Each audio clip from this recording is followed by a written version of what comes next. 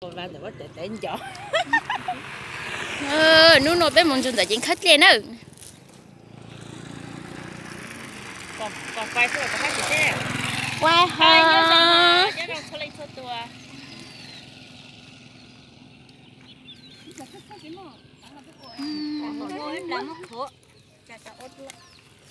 Như gió khóa.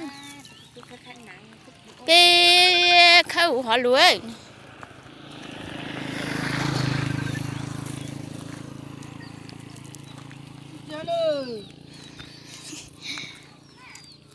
Cho cụ hành ạ. Nhớ sao mà nó nói bé vùng cho chỗ này rất khách liền á. Sẽ lưu tiền dạy tao cho cái khách kia. Em biết cho nó sẽ là tìm怎么还能得钱呢？ Nhà chỗ nó sao? Chả ấp bên này là vừa ba. Học là sự hú ha. Nhưng mà Đây lúc ca coi lên mua từ tại lúc coi về Lao ta hát to á. tay là chỉ ha. Đã biết khai cho thì cái áo họ đã biết khai cho thì cái lỗ họ. quay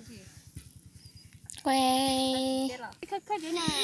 ê ô chị tàu ấy suy ít làm mồ nè Khai khai cho cái bàn cây ô chồng con cha cho mà. chị hắn nói công mỏ mồ cứ cho số lần nọ mồ Chứ không tổ để cho nó. Thôi cái đó là đó cái cái nhà hàng mót tàu đấy. Mót tàu. Đằng ô khô. Cái mót đằng mà.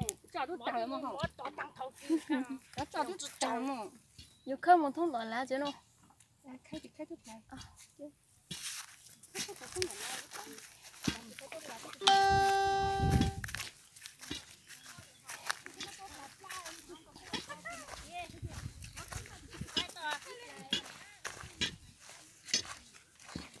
tôi giờ đi rồi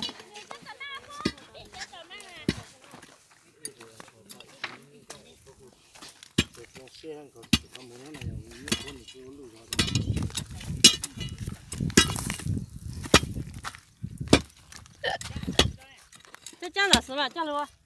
Mẹ biết chưa? đó cho má muốnซื้อca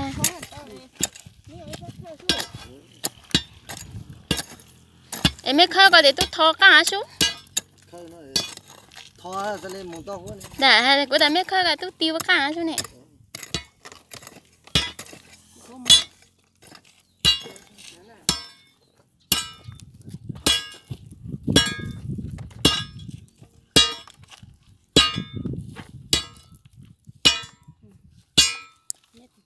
Quay bà mà phụ họ quay hay rồi.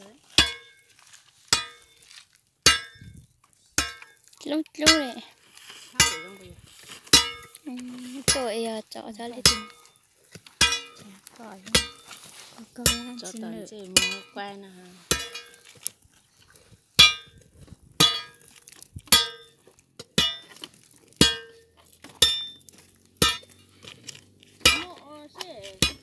Cô ta hỏi cháy, ôi nhà hỏi này.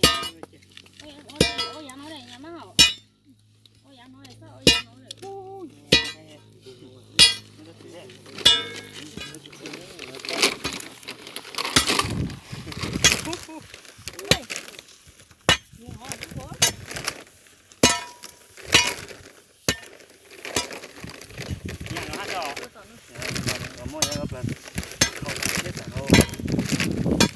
có tên nó dừng chè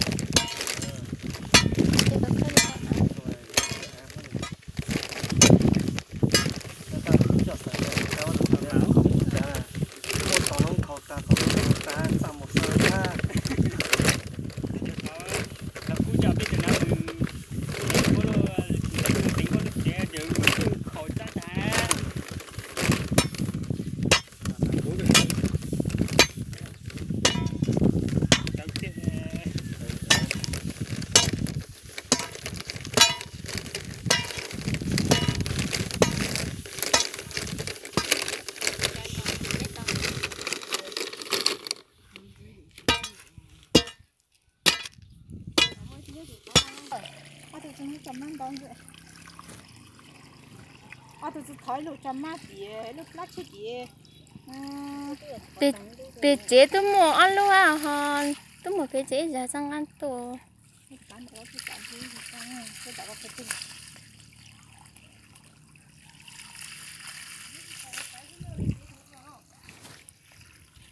摆着呢。真个哎，他早搬印度诺哈喽，就是他们搬到处养个，他早搬路呗。个是啥？个个是有喏喏。哎，只有呢。